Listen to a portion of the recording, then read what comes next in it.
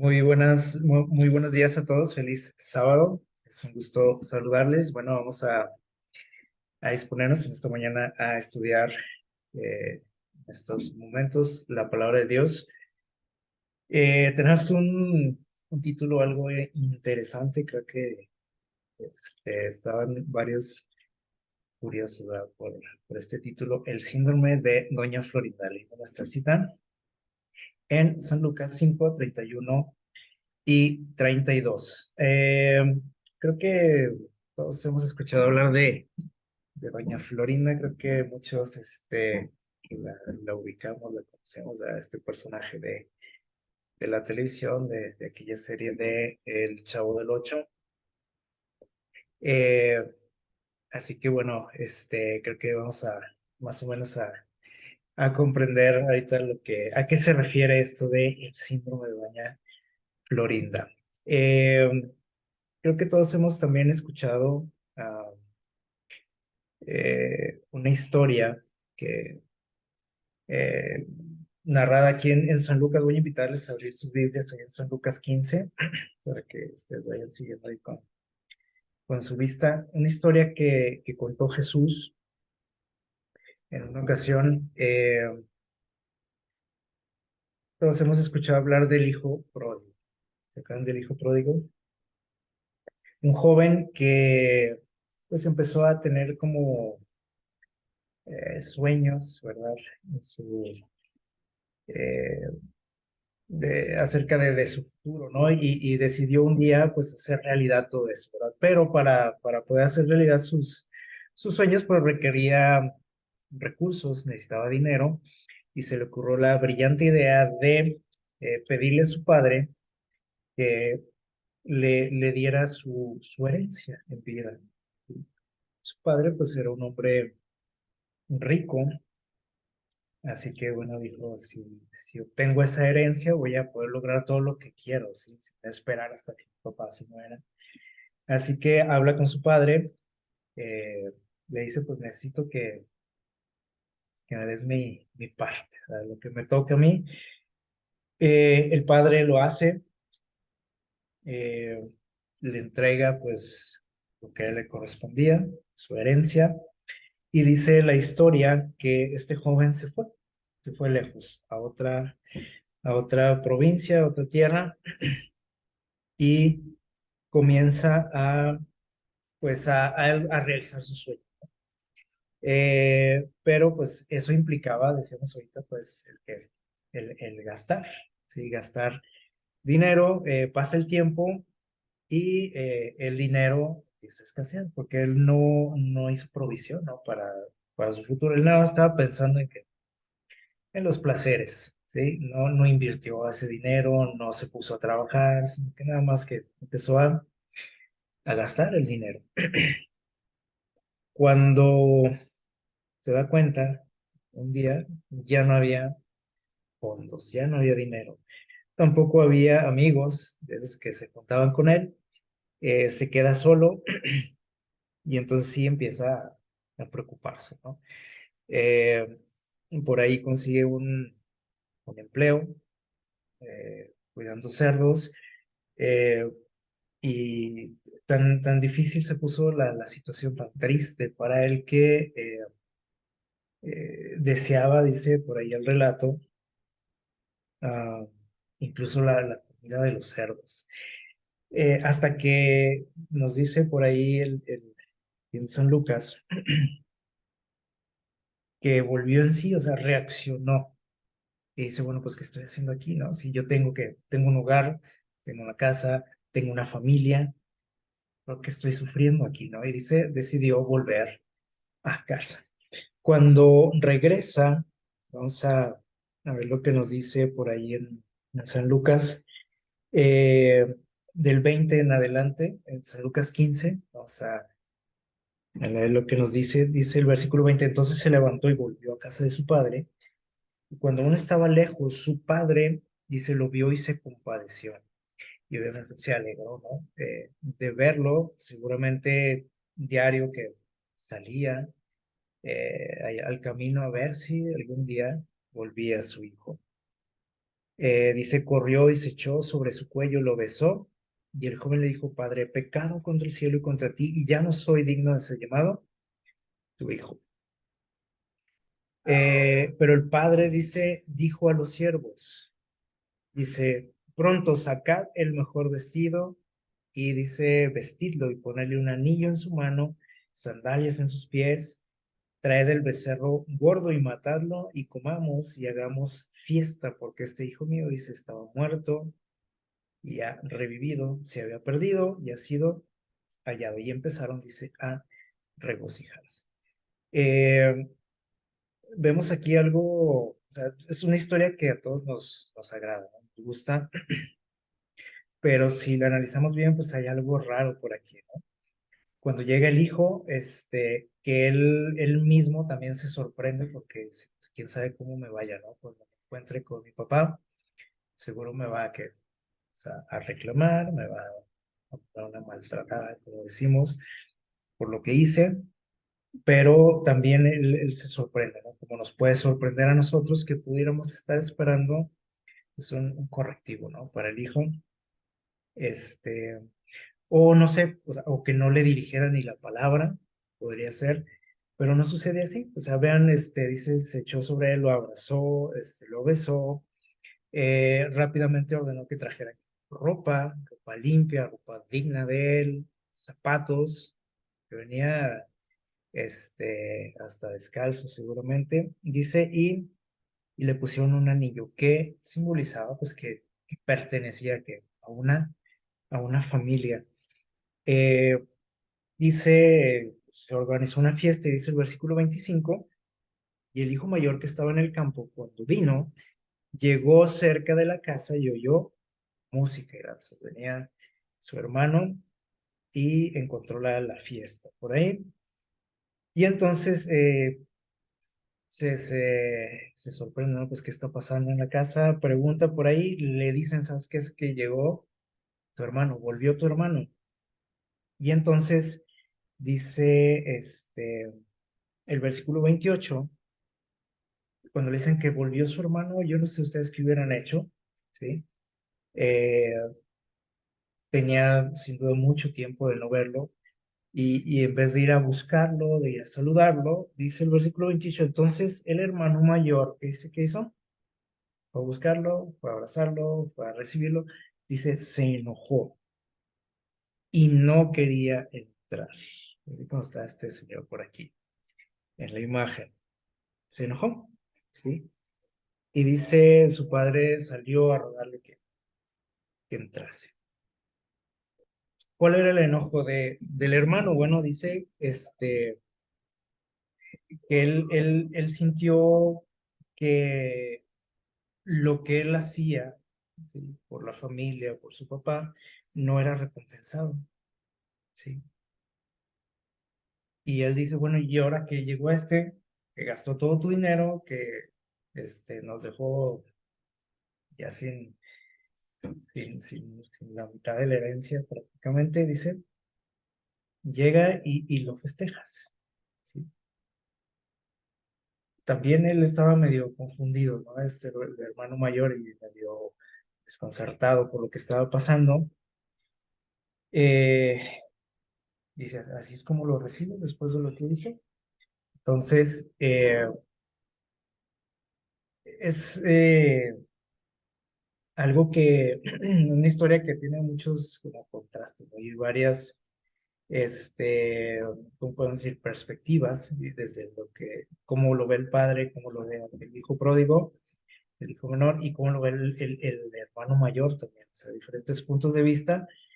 Este, pero bueno, él estaba molesto por cómo su papá había tratado a su hermano, ¿sí? Eh, y él le reclama a su papá, le dice, es que yo hago todo lo que tú me pides, yo te obedezco, ¿sí? Y yo no he recibido nada a cambio, según él, que su papá pues le empieza ya a explicar, ¿no? Pero él se siente como desplazado, ¿no? Y siente que no hay recompensa para él. Eh, Esa era su molestia, ¿no? Su molestia era porque su papá había perdonado a, a su hermano menor. Algo que si cuando lo leemos nos puede como indignar, ¿no? Decimos, ¿qué le pasa, no? A este chavo. Eh, pero bueno, vamos a aprender algo de esto, ¿sí? Eh, en la palabra de Dios tenemos muchas historias similares a esta, ¿sí? Por ejemplo, cuando vamos por ahí al Antiguo Testamento, encontramos una historia de un profeta muy famoso, ¿sí? Y una historia que tiene muchas aventuras, ¿no? La historia de Jonás, un profeta que es elegido por Dios para una misión especial, ¿se acuerdan?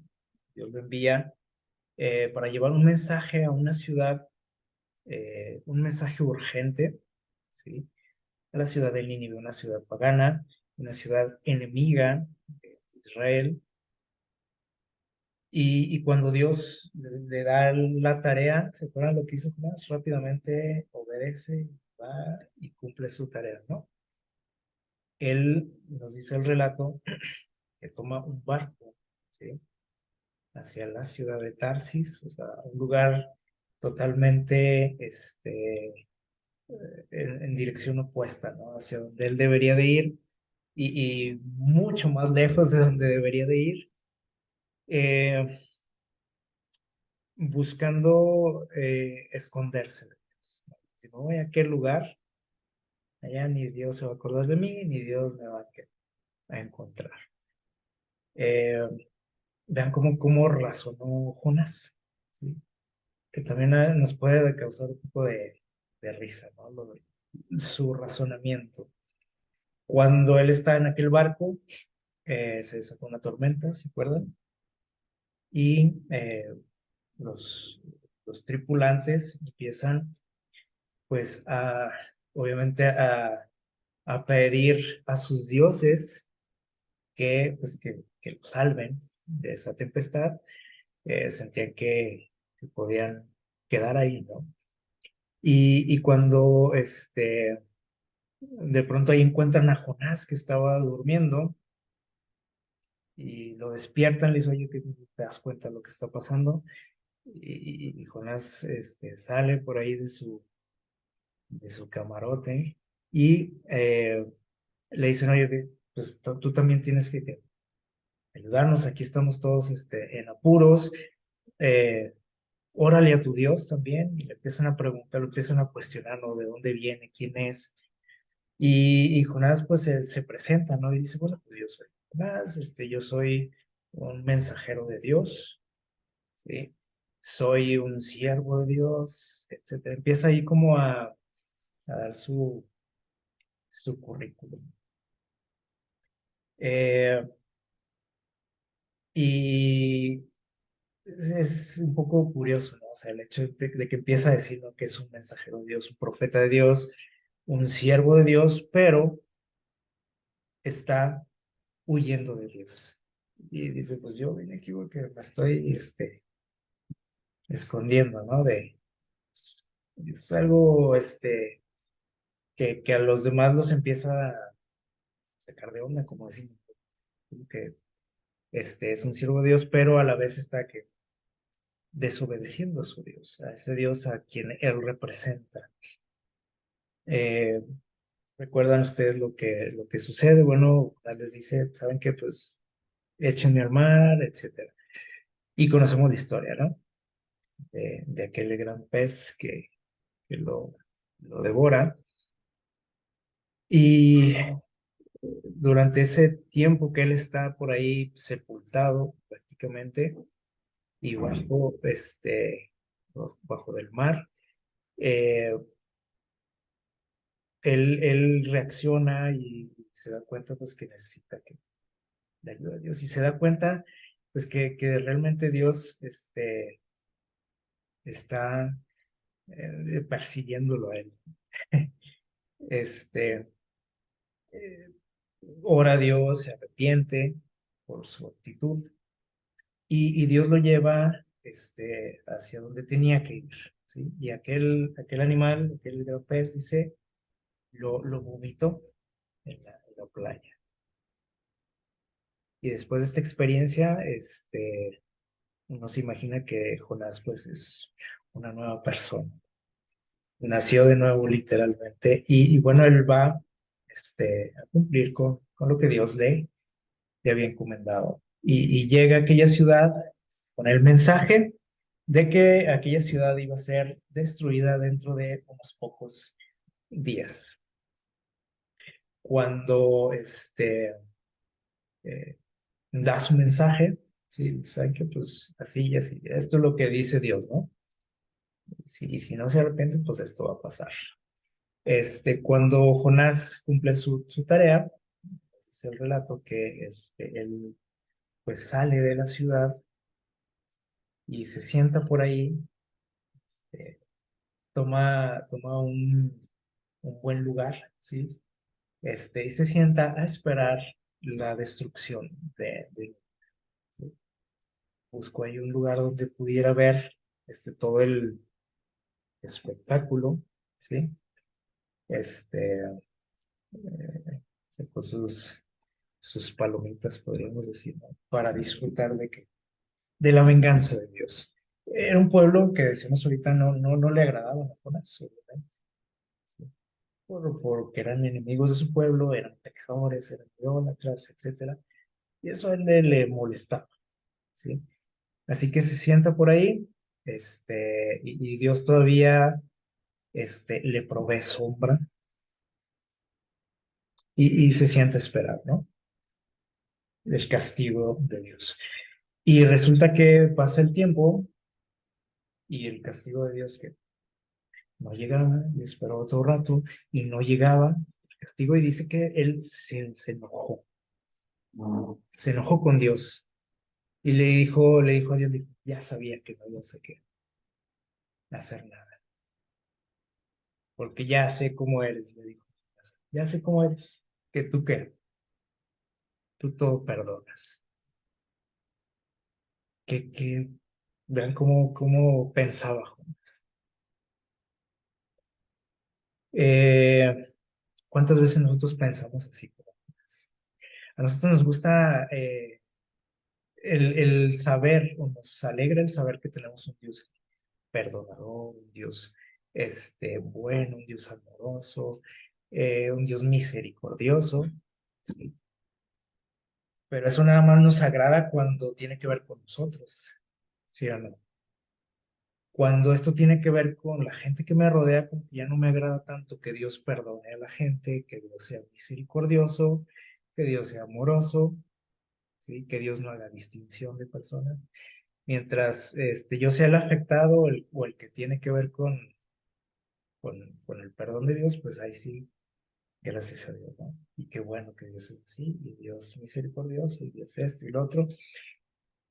Pero cuando Dios aplica ese amor, o Dios, o vemos las manifestaciones del amor, del poder, de la misericordia de Dios en otros, en gente que no me cae muy bien, reaccionamos como quien, como Jonás, ¿no? Este, y hizo un berrinche Jonás por eso. Y Dios empieza que ahí tiene un diálogo con él, y le explica la situación, ¿sí? Y bueno, aquella ciudad se salvó, ¿sí? Por el mensaje que Jonás llevó, se arrepienten, hacen incluso ahí este, un rito de humildad, podríamos decir, de arrepentimiento, ¿se acuerdan? Ayunan, etcétera. Y bueno, se salvó aquella ciudad, pero no fue lo que le agradara mucho a Jonás. Y les digo que muchas veces esto nos pasa a nosotros también, y algo muy similar fue lo que le pasó a aquel joven que vimos ahorita, ¿sí? Hermano de aquel hijo que ese fue el que derrochó la herencia del padre. Cuando ve que su padre lo perdona y que hasta le hizo una fiesta, dice, pues, ¿qué está pasando aquí, no? O sea, y yo que tanto que esfuerzo, y yo que obedezco a mi padre. Bueno, aquí dejó ver muchas cosas aquel joven, ¿sí? O sea, de que aquella obediencia no era tan sincera, ¿sí? O sea, él lo que quería era que reconocimiento, él quería este, una recompensa. No lo hacía por amor o por obedecer a su padre. Entonces, es algo que también este, nos puede, les digo, como que nos indigna, ¿no? Pero ya cuando analizamos bien la situación y profundizamos en esto, nos damos cuenta de que muchas veces nosotros nos podemos identificar con aquel hermano mayor, nos podemos identificar con Jonás, ¿sí? Que tuvieron actitudes similares. Eh, Ahorita que mencionábamos el título de nuestra reflexión, el síndrome de Doña Florinda, vamos a ver a qué se refiere eso del síndrome de Doña Florinda. Eh, Ustedes recuerdan los que vieron esa serie. Por aquí está esta señora, tenía un hijo, ¿se acuerdan? A Kiko, tenía una expresión muy típica de ella, ¿no? En cada episodio se mencionaba esa frase y no sé si se recuerdan que decía, le decía a su hijo, le decía, no te juntes con, ¿se acuerdan que decía? Con esta chusma, le decía, no te juntes con esta chusma, aléjate de ellos, le decía. Una frase que seguramente nos causaba algo de risa, ¿no? Por las circunstancias, todo lo que pasaba ahí alrededor. Saben que, bueno, yo creo que nunca se imaginaron que este personaje iba a dar nombre o un trastorno, ¿sí? El síndrome de Doña Florinda. ¿A qué se refiere? Miren, un escritor de nombre Rafael Ton, me parece que es argentino, nos menciona algo de esto, del síndrome de Doña Florinda. ¿A qué se refiere? Bueno, nos dice por aquí, se explica un poco, y van a hacer memoria por ahí los que se acuerdan de este personaje. Ella, dice, vive en una falsa superioridad. Ustedes recuerdan cómo era ella, ¿sí? Dice, ¿y por qué? ¿Por qué se sentía superior a los demás? Dice, bueno, eso tenía que ver con el hecho de que ella podía pagar su renta a tiempo. O sea, cuando llegaba por ahí el que cobraba la renta, ¿se acuerdan? Ella, pagaba. Y se daba cuenta que, los demás, sus vecinos, batallaban algo, ¿no? para juntar para su renta o no la pagaban. Y entonces eso la hacía sentir como que estaba más arriba de los demás. Dice, sin embargo, no había diferencias entre ella y sus vecinos, ¿sí? Y así lo analizamos bien. Dice, porque ella tampoco era dueña de qué, pues de su casa. Ella también estaba rentando, dice aquí, al señor Barriga. Señor Barriga dice, además, dice, a pesar de que siempre se quejaba del lugar donde vivía, ¿se acuerdan? Que vivía entre la chusma y que gente mugrosa y que etcétera, y siempre estaba quejándose de ese lugar donde vivía. Dice aquí, nunca, nunca se iba de ese lugar. ¿Por qué? Dice aquí, porque tampoco tenía recursos suficientes para pagar una casa a su altura, dice, entre comillas, ¿no? Entonces se quejaba del lugar, pero pues no se iba, o sea, ahí seguía, ¿sí? Se quejaba de los vecinos, se quejaba de muchas cosas, pero ahí seguía. Y dice aquí, por otra parte, tampoco le parecía bien que sus vecinos progresaran. Dice, incluso esperaba que sucediera todo lo contrario porque así ella se sentía superior. O sea, le molestaba si alguien empezaba ahí a prosperar en algo. Y le daba gusto si alguien le iba mal.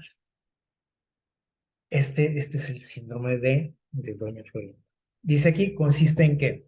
En el rechazo o desprecio por los demás, por parte de personas, dice que a pesar de tener el mismo que dice ahí, estatus, origen, religión o lo que ustedes quieran, o sea, en la misma condición, dice, creen que son qué? Superiores, como Doña Florinda. ¿Sí? Ella también era pobre, pero ella odiaba a los pobres y le caían mal, y chusma, pero ella también era chusma. Entonces dice aquí, estas personas, este tipo de personas que padecen este síndrome, dice, viven en una realidad distorsionada respecto a su identidad. O sea, no se dan cuenta de quiénes son realmente. O sea, ellos se sienten superiores, ¿sí? Como Hitler, ¿se acuerdan? Tenía este síndrome. Y muchas otras personas, ¿no? Ojalá que no hayamos de estos por aquí. Eh, ¿Qué les parece? A esto se refiere este síndrome. O sea, un sentimiento de superioridad.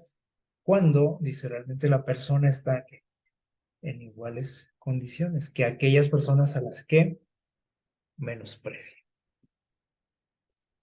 Entonces, si lo trasladamos un poquito a lo que acabamos de ver, a estos personajes de los que hablamos ahorita, de aquel hermano mayor, de la parábola del hijo pródigo, si lo vemos o lo comparamos también con Jonás, ellos también tenían este síndrome, ¿sí?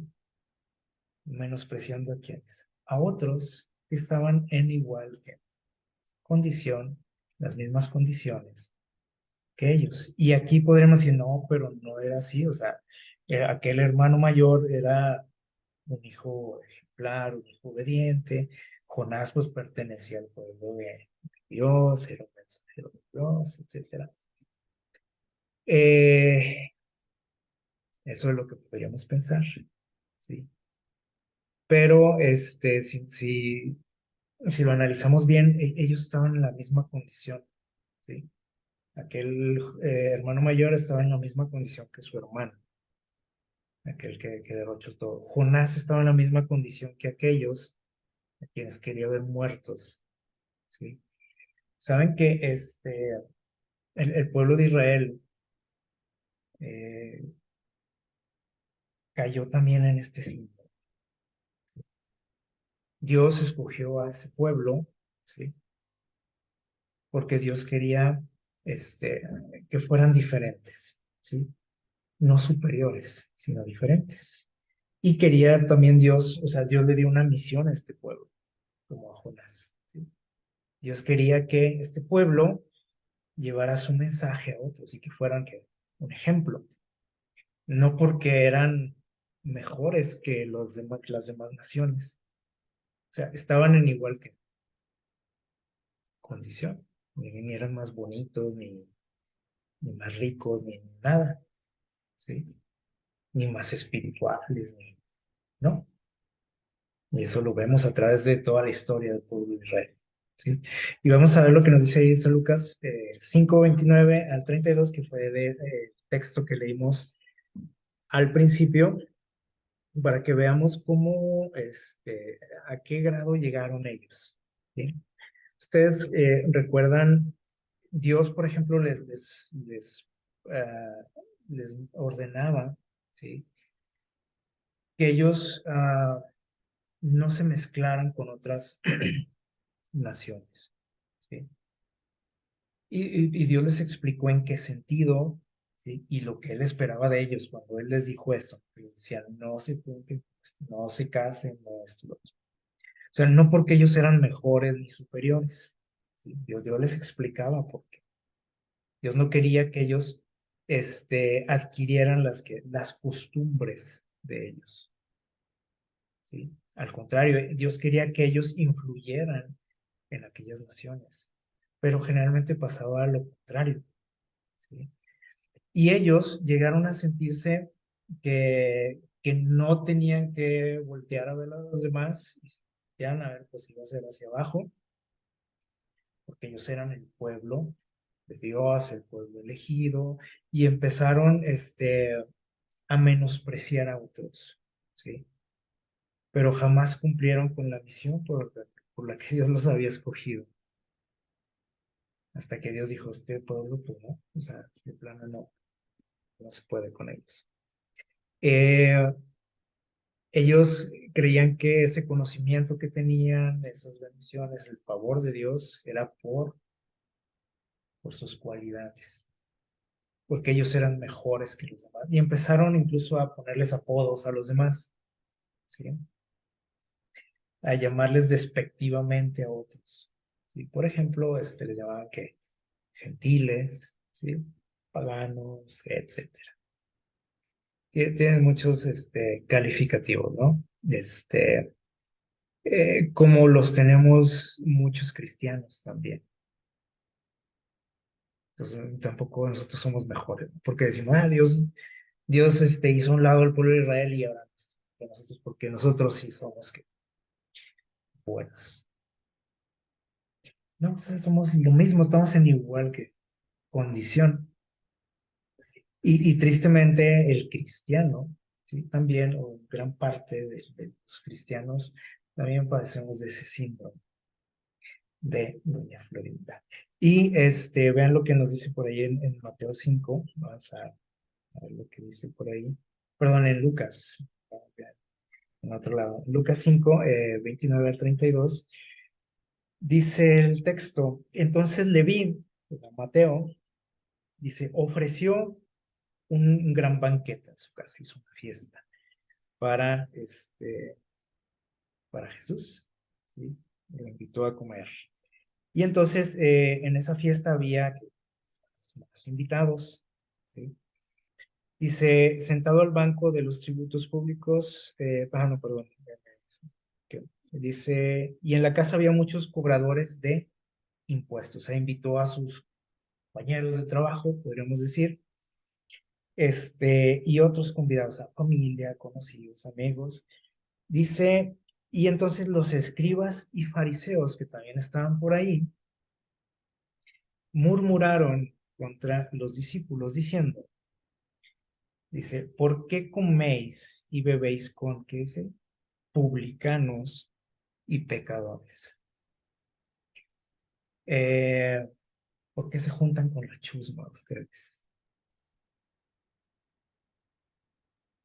Y Jesús respondió, dice, los sanos no necesitan que del médico, sino los enfermos. Y Jesús dijo, yo soy qué, el médico. Yo no he venido, dice, a llamar a justos, sino a pecadores a que se arrepientan. Eh, Son frases que las tenemos aquí en nuestra mente, ¿no? Pero pocas veces analizamos, ¿no? Realmente lo que implica esto. Eh, ¿Cuántas veces nosotros también actuamos así y demostramos que tenemos también este síndrome, ¿sí? Cuando menospreciamos a otros, que los hacemos menos, ¿sí? Porque no piensa como yo, no tiene las mismas creencias que yo. Es cristiano también, sí, pero no va a mi iglesia, ¿sí? Y él cree en no sé qué cosas y cree que esto y no cree esto, etcétera.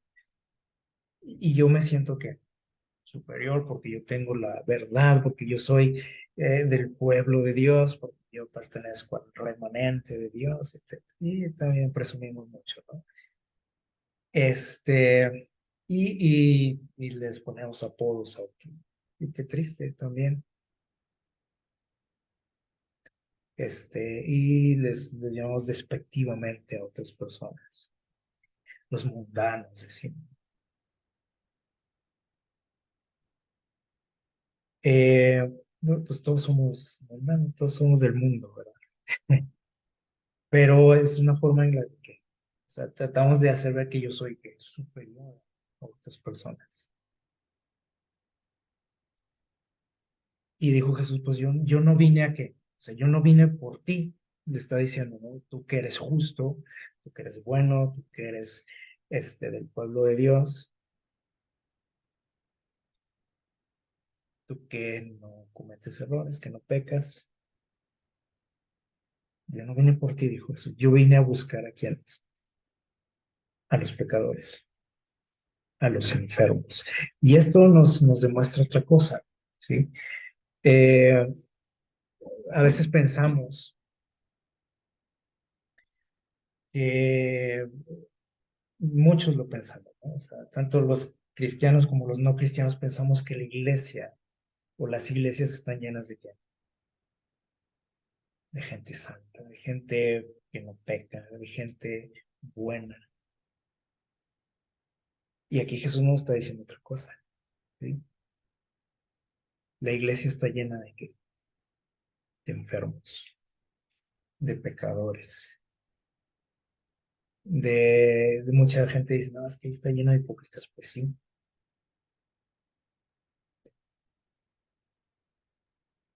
eh, porque en la iglesia no vemos gente buena,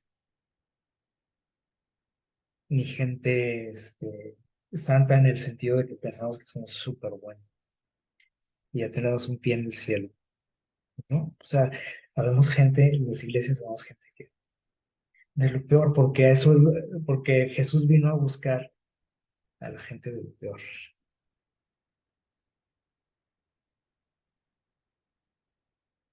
porque los enfermos, dice, son los que necesitan al médico. Si no, Jesús, ¿para qué nos hubiera venido a buscar? ¿Para qué vino a morir por gente que no peca? Y si yo me siento superior a otros, pues a lo mejor siento que yo tampoco necesito a quien. Es una cadena de cosas que nos puede llevar a incluso hasta perdernos, ¿sí? Que si yo siento que soy superior a otros, a los pecadores, a los mundanos, ¿sí? Entonces yo no necesito del sacrificio de Jesús.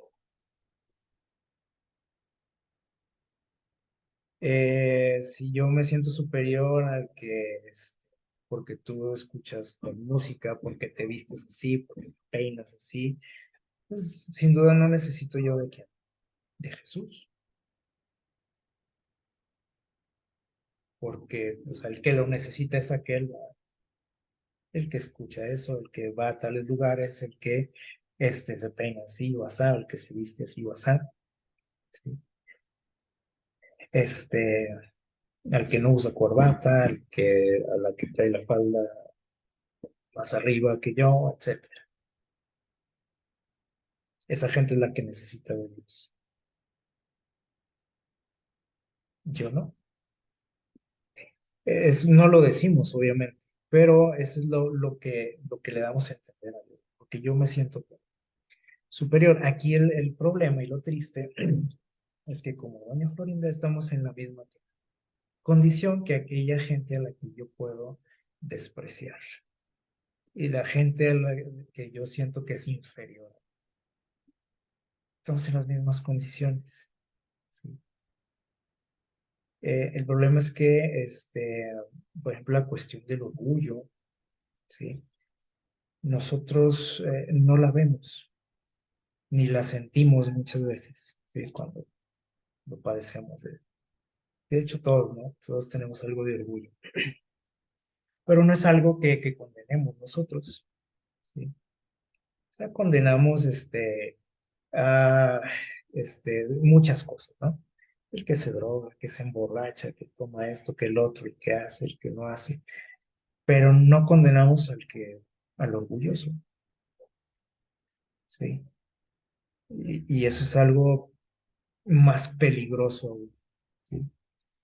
Porque es algo que no notamos ni sentimos. Eh, entonces, miren lo que nos dice por ahí en Lucas 18. Vamos a un poquito más adelante. A veces caemos en este síndrome, como le pasó al pueblo de Israel, y a otros personajes que acabamos de ver, ¿no? En Lucas 18, del 9 en adelante, miren lo que dice, para algunos del pueblo, dice, que se tenían por justos, por buenos, por lo máximo, ¿sí? Dice, menospreciaban a quienes, a los demás. pero eran justos, eran buenos. No, o sea, estaban igual que los demás, ¿sí? Pero dice, algunos del pueblo se sentían la última coca del desierto, como dice, lo máximo. Dice, menospreciaban a otros, porque eran ¿qué? Pecadores, ¿sí? Dice, y Jesús les contó esta parábola, especialmente a los que tenían el síndrome de Doña Florinda. Dice, dos hombres subieron al templo a orar, uno fariseo y el otro publicano, pecador, mundano, ¿sí? Dice, los publicanos eran los que cobraban los impuestos, que eran gente despreciable para ellos, ¿no? Dice, y el fariseo oraba de pie consigo mismo, dice. O sea, ni siquiera le oraba a Dios, ¿no? Realmente dice que él hablaba para él mismo. Dice, decía, gracias a Dios que no soy como a los demás, como la chusma, ¿sí? Dice, ladrones, yo no soy ladrón. Dice, injustos, adúlteros, y voltea a ver al que está al lado de ella, el publicano, y dice, ni siquiera como este. Qué bueno, gracias a Dios. Dice, yo ayuno 2 veces a la semana, ¿eh? No, no es al mes, o sea, era a la semana. Doy que mi diezmo de todo lo que gano, este, bien, estricto en todo, ¿no? Con centavos y toda la cosa, y no se le iba a dar, ¿sí? Y presume de todo lo que hace, ¿no? Yo hago esto, yo me porto bien, yo predico el evangelio, de muchas cosas que presumo. Yo soy de la iglesia verdadera, etcétera, ¿sí? Y el publicano, dice que estaba ahí, al lado, dice, ni siquiera quería alzar los ojos al cielo. ¿Qué les parece?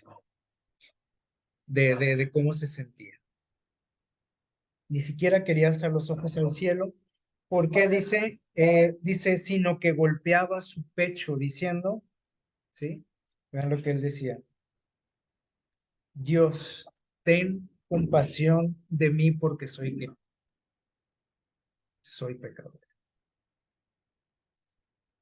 Y entonces dice, os digo, dice Jesús, que descendió a su casa justificado. Y el otro, el bueno, el justo, que dice, él no. Porque el que se enaltece, o sea, el que se cree mucho, dice, será que humillado. Y el que se humilla será enaltecido.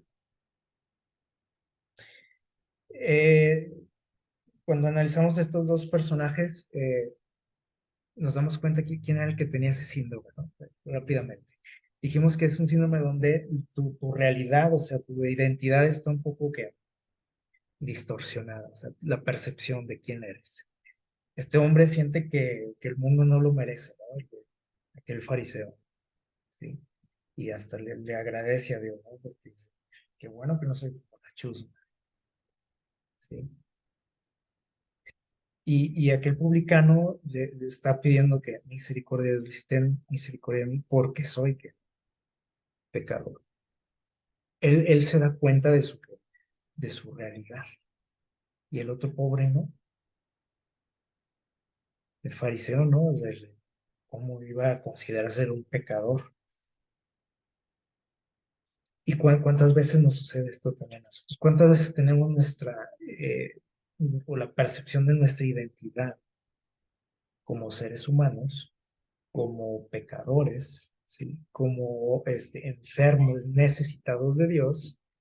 ¿Cuántas veces tenemos esa percepción distorsionada, alterada? Y creemos que pues, aquellos pobres son los que necesitan de Dios, los que no van a mi iglesia, los que no eh, se levantan a las 3 de la mañana a orar, a reunirse a tales horas, etcétera, los que no van a tocar puertas, los que no, pobres necesitan de quién, de Dios. Que Dios les que tenga misericordia, que Dios les ayude. Yo no, porque yo hago todo eso. Miren lo que dijo Pablo, vamos a 1 Timoteo, algo que nos puede sorprender. 1 Timoteo 1, versículo 15.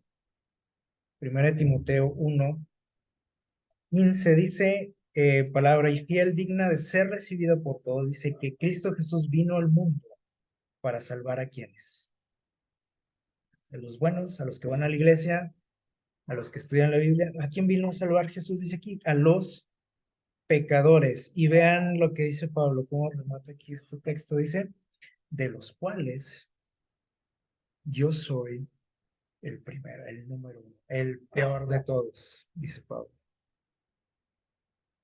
Y te digo, nos puede sorprender porque si como Pablo diciendo eso, ¿no? Que es un pecador ahí exhibiéndose, ¿no? Delante de la iglesia y diciéndole a Timoteo, es que yo soy de lo peor, soy el peor de todos, ¿sí? El primero de todos. Algo que a nosotros no nos gusta que decir, ¿no? Si alguien me dice que soy un pecador, nos ofendemos, ¿sí o no? Este, y, y, y pocos de nosotros podríamos expresar esto delante de la iglesia. Yo soy un pecador, hermanos. Así como los alcohólicos anónimos, ¿no? Cuando se presentan por ahí, yo soy total, yo soy qué, alcohólico, ¿sí? Este, ellos tienen que estarse que repitiendo esa frase para poner los pies sobre la tierra, ¿sí? Para no ser como las personas que dicen, bueno, pues sí, yo tomo, pero pues tomo cuando yo quiero, lo dejo cuando quiero, yo no soy alcohólico, yo no tengo un problema. Entonces ellos tienen que estar cerca para que no se les olvide que quiénes son y que necesitan de ayuda, ¿sí? O sea, ahí no se acepta alguien que diga, no, pues yo vengo aquí porque tomo de vez en cuando, yo no tengo un problema, pero pues, aquí estoy, ¿no? ¿No? O sea, si tú no reconoces quién eres, pues perteneces ahí, no puedes. ¿Por qué? Porque no se te puede ofrecer ayuda, porque si tú no reconoces que tienes ese problema, pues obviamente no necesitas del médico, no necesitas ayuda. Entonces, ojalá que pudiéramos hacer eso también nosotros, ¿no? En las iglesias, decir, yo soy, Juan, Pedro, quien seas, y soy que pecador. No olvídate que digas que eres un pecador en una iglesia, que te van a echar que en la calle, te van a apedrear. Este, entonces, nosotros somos pecadores, ¿sí? Esa es nuestra realidad. Eh, Sin embargo, es curioso, ¿no? Que en las iglesias queremos gente buena y que cuando descubrimos que existe en nuestro medio o cerca de nosotros alguien que peca o que comete tal o cual cosa, le hacemos el feo y nos alejamos porque no queremos que juntarnos con la chusma. Eh, ¿Cuántas veces probablemente tú lo has experimentado? ¿Sí? Ese rechazo, o tú has sido causante de eso, pero creo que nos identificamos de una u otra manera y queremos pues reflexionar un poquito en esto, ¿no? Eh, Hay ocasiones que hasta podemos hasta prohibirle a alguien entrar a la iglesia, que es que es un pecador. Aquí no puedes pararte tú. ¿Cómo te atreves? Le podemos decir a alguien. Después de lo que hiciste, ¿qué haces aquí? Tú no puedes que bautizarte porque eres un pecador. Tienes que dejar primero todo. Es triste, o sea, pero esa es nuestra realidad, ¿sí? Y tenemos que reconocerlo, como decíamos ahorita, tenemos que poner los pies en la tierra y tenemos que hacer algo al respecto también, ¿sí? Entonces, lo primero es reconocer como Pablo quiénes somos, no como aquel fariseo. O sea, tenemos que decir, yo soy un ¿qué? Un pecador y soy el peor de todos. Y necesito de quién. De Dios, por eso estoy aquí. Vamos a analizar un poquito rápido esta historia que se encuentra en San Juan. Vamos a abrir nuestras Biblias. El Evangelio de Juan, capítulo 8. Vamos a leer los versículos del 3 en adelante. Vamos a ir ya aterrizando. Juan, capítulo 8. Una historia también que todos conocemos, que sin duda la hemos visto últimamente por ahí, ¿no? En estas fechas. Juan 8, del 3 en adelante, eh, dice, el capítulo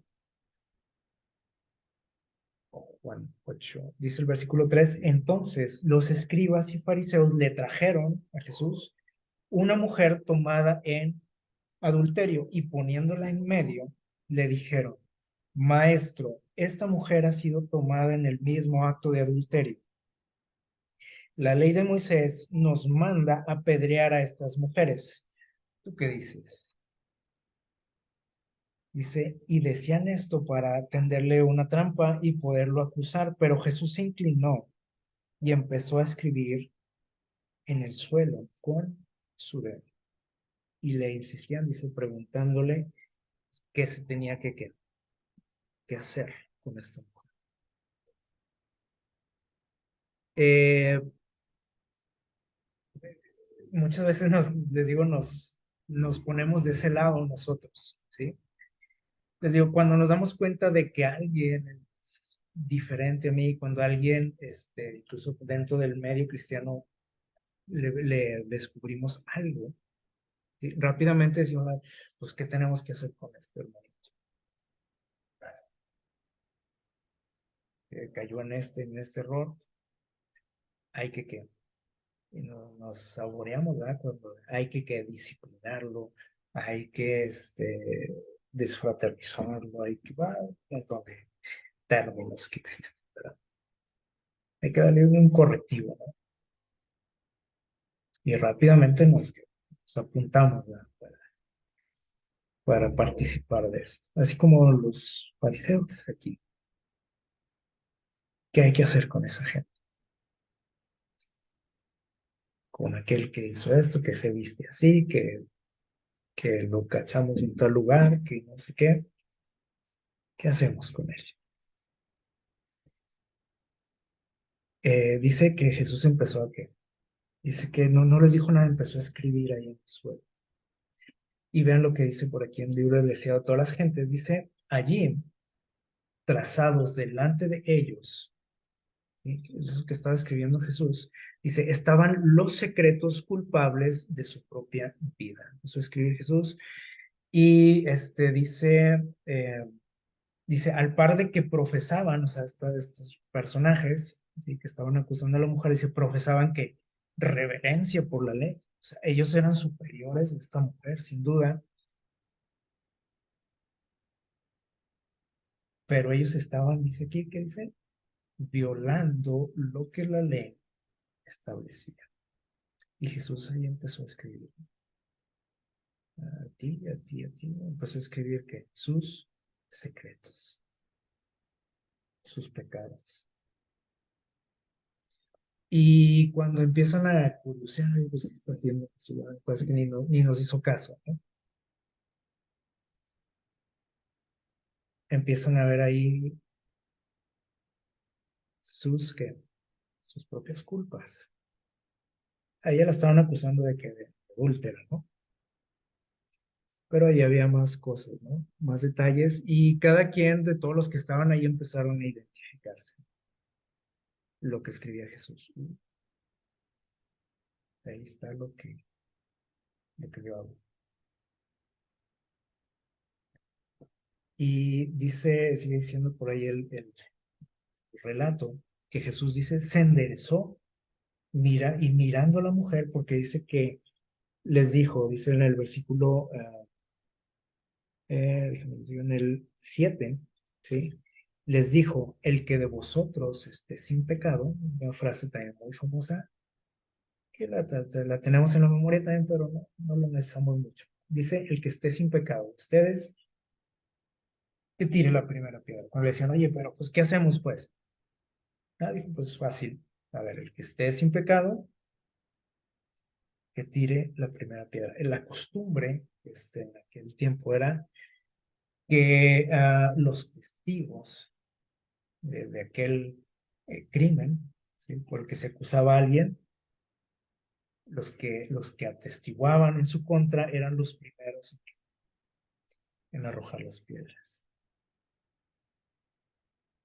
Así que les dijo Jesús, pues adelante, pero pues el que la va a tirar porque esté sin pecado.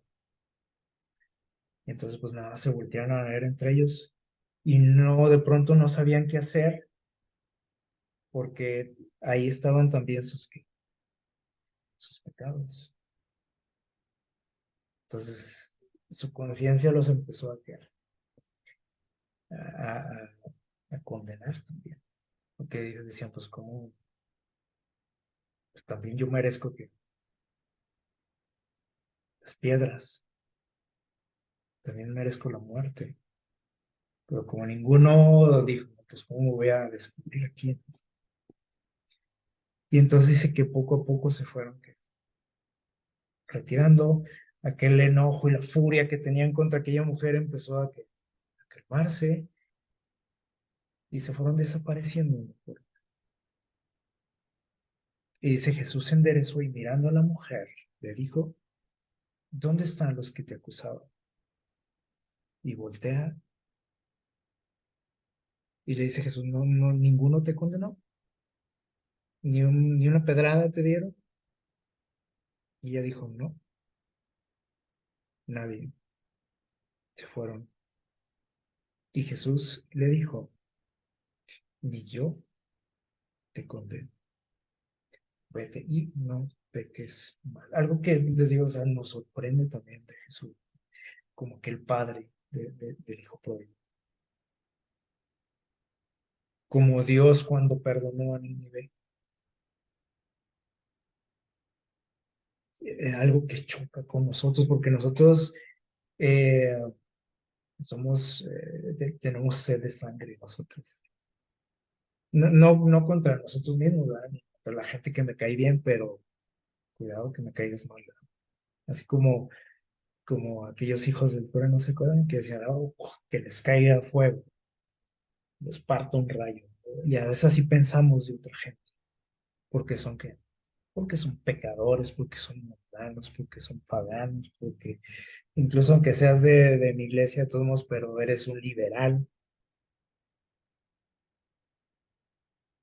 y mereces que la sentencia. Dice, la mujer había estado temblando de miedo delante de Jesús. Sus palabras, dice, el que vosotros estéis sin pecado arroje contra ella la primera piedra, dice, habían sido para ella como una sentencia de muerte. Cuando oye que Jesús les dice, órale, ahí está, acábenla. Dijo, este es mi fin. Dice, no se te habría alzar sus ojos al rostro del Salvador, sino que esperaba silenciosamente su suerte. Dice, con asombro vio que sus acusadores empezaron a apartarse, dice, mudos, confundidos, y luego cayeron en sus oídos estas palabras de esperanza, ni yo te condeno, vete y no peques más. Dice, su corazón se enterneció confesando sus pecados con amargas lágrimas. O sea, ella puso los pies sobre la tierra y se dio cuenta, o sea, de quién era ella, ¿sí? Que ella era una que, dice ahí, pecadora. Pero dice aquí, confesó sus pecados, se enterneció su corazón. Eso le llegó, dice. Sin embargo, aquellos otros,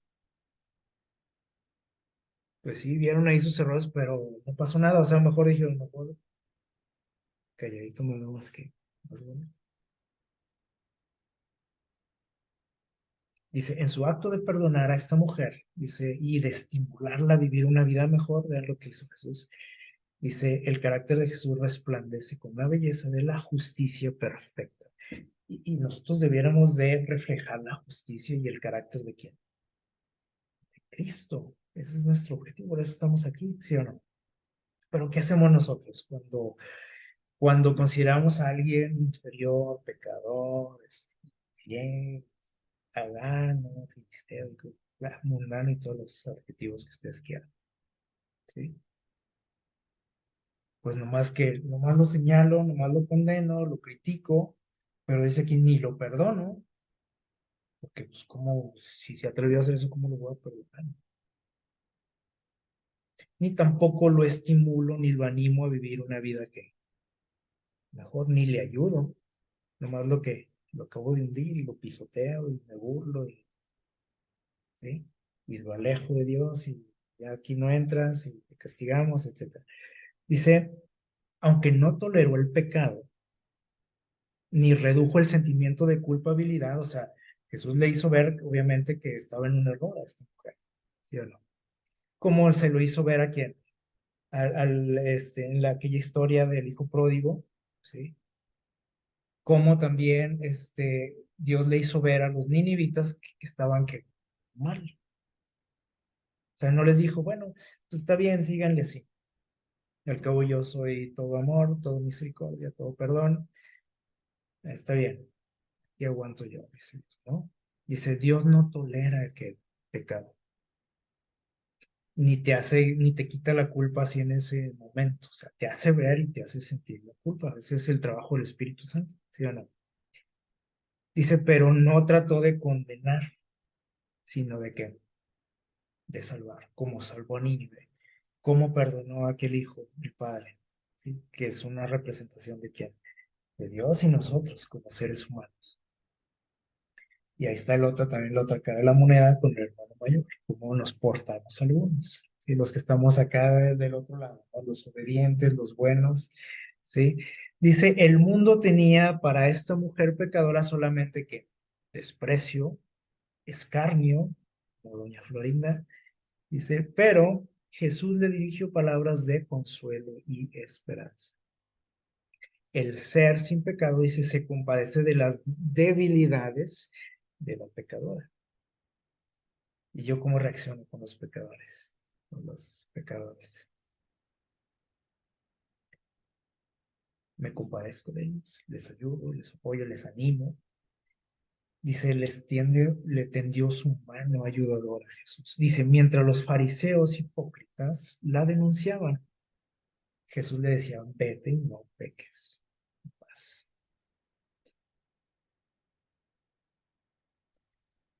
Vamos a ver qué dice Juan 13:31. Juan 13:31, ahí estamos en el Evangelio de Juan, creo que ya teníamos por ahí este, Evangelio. Juan 13:31 dice, vean lo que dice Jesús. Eh, creo que lo traigo equivocado aquí. Déjame ver. 34, no, 35, es Juan 13:35. Dice, en esto conocerán todos que sois mis discípulos. O sea, en esto van a conocer que ustedes son mis seguidores. Dice Jesús, si guardas el sábado, si vas a la iglesia, si estudias tu lección, si diezmas, ¿o qué dice ahí Jesús? ¿En qué van a conocer que tú eres mi seguidor? Si tú pones la falda hasta el piso, si te peinas así, así, si cargas tu Biblia bajo el brazo, que a veces esas cosas hacemos, ¿no? Para demostrarle al mundo que soy un seguidor de Jesús. Dijo Jesús, en esto van a conocer que tú eres mi discípulo, mi seguidor. Dice, si ustedes se aman, como dice, unos a otros.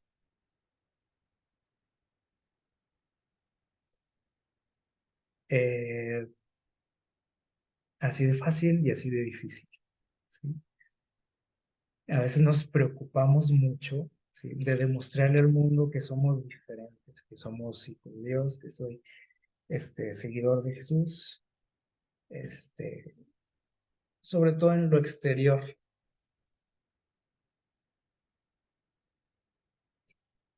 Pero dice Jesús, no, eso no impresiona a nadie. Lo que va a impresionar a la gente dice, si ustedes se aman unos a otros, qué difícil, ¿sí? Según lo que acabamos de ver, ¿no? Y termina con esto. Dice, am,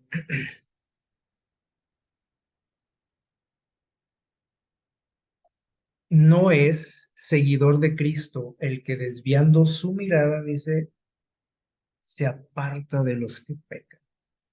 El que no se junta con la chusma, dice Jesús, ese no es mi seguidor. Aunque lo digas, aunque digas soy cristiano, soy esto, soy adventista del séptimo día.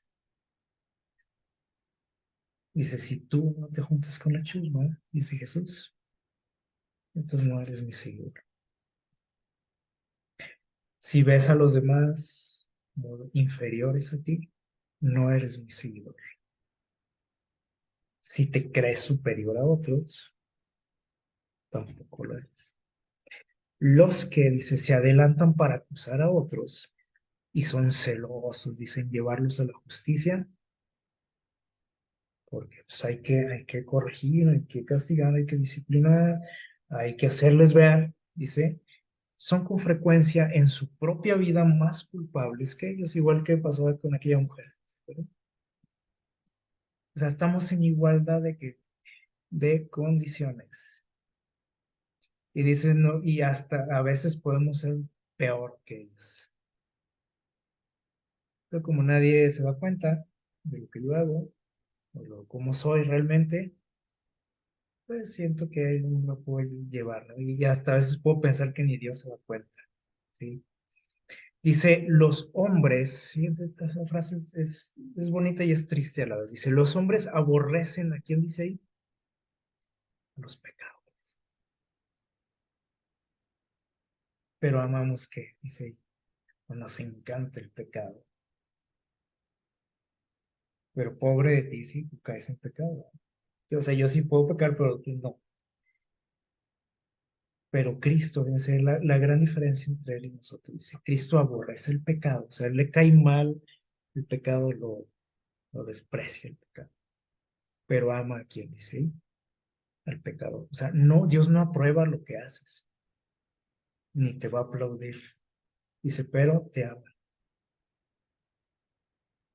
Al contrario de cómo somos muchos de nosotros, incluso cristianos, aquí no hay distinción. O sea, nosotros que despreciamos al pecador, pero sí nos gusta que pecado. Se encanta. Dice, tal ha de ser el espíritu de todos los que le sigan. Entonces, si yo no soy así, no soy qué, seguidor de Jesús. O sea, no importa qué diga yo, o sea, no lo soy. El amor del cristiano, ¿cómo es? O sea, el de un verdadero cristiano es aquí lento para censurar, presto para qué dice discernir el arrepentimiento, ¿para qué? Para perdonar, para ayudar, para animar, estimular, dice, para afirmar al errante en la senda de la santidad. Te voy a ayudar, te voy a sacar de ahí, te voy a animar, te voy a perdonar, pero a veces pensamos que eso es chamba de Dios. Pues Dios que lo perdone, Dios que lo ayude, Dios que lo anime. Mi trabajo es que juzgar y señalar y castigar, ¿sí? Pero estamos mal, ¿sí? Porque él dice que si yo me considero un seguidor de Cristo, debo de ser como él. Yo no soy el dedo justiciero de Dios. ¿Por qué? Porque tenemos que tener en claro lo siguiente, y esto queremos que Con esto nos vamos a quedar, ¿sí? Algo que se nos olvida muy seguido. Dice Romanos 3, 22 al 24. La justicia de Dios, dice, por medio de la fe en Jesucristo, dice, es para todos los que, ¿qué? Los que creen en Él.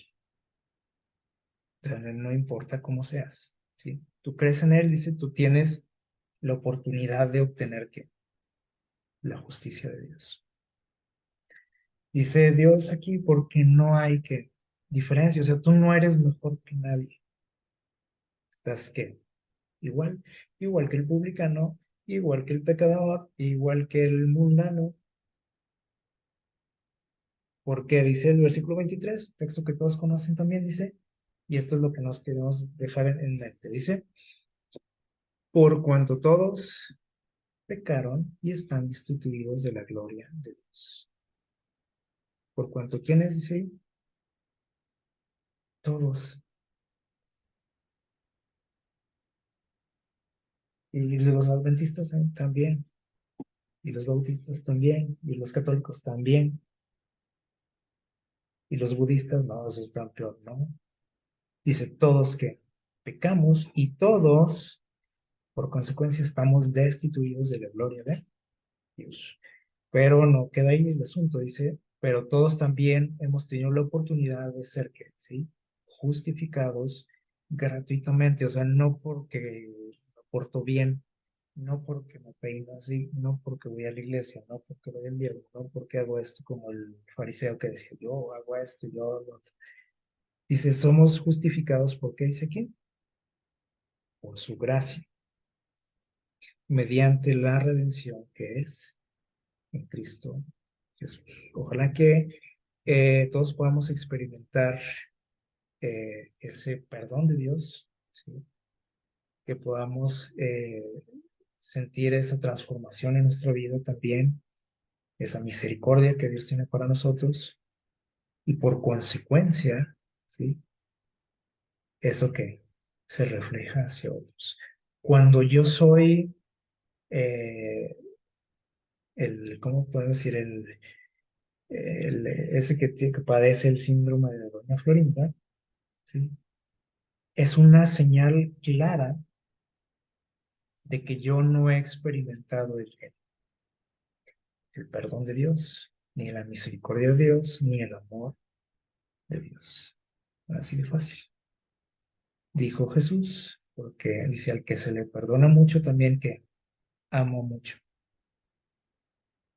Entonces, si yo no soy perdonador ni misericordioso, si soy todo lo contrario y veo a todos por debajo, etcétera, dice Dios, entonces nunca has experimentado mi amor, ni mi perdón, ni mi misericordia. Y tratamos de obtener eso a través de un buen comportamiento, así entre comillas. Es algo que no hemos experimentado realmente. Entonces, ojalá que podamos preocuparnos por nuestra vida espiritual, por nosotros, ¿sí? Y que podamos, a través de esa experiencia que tengamos, reflejar lo que hemos recibido, ¿sí? Lo que recibimos que de gracia, lo tenemos que dar también de gracia. Tengan un feliz sábado, que Dios les bendiga.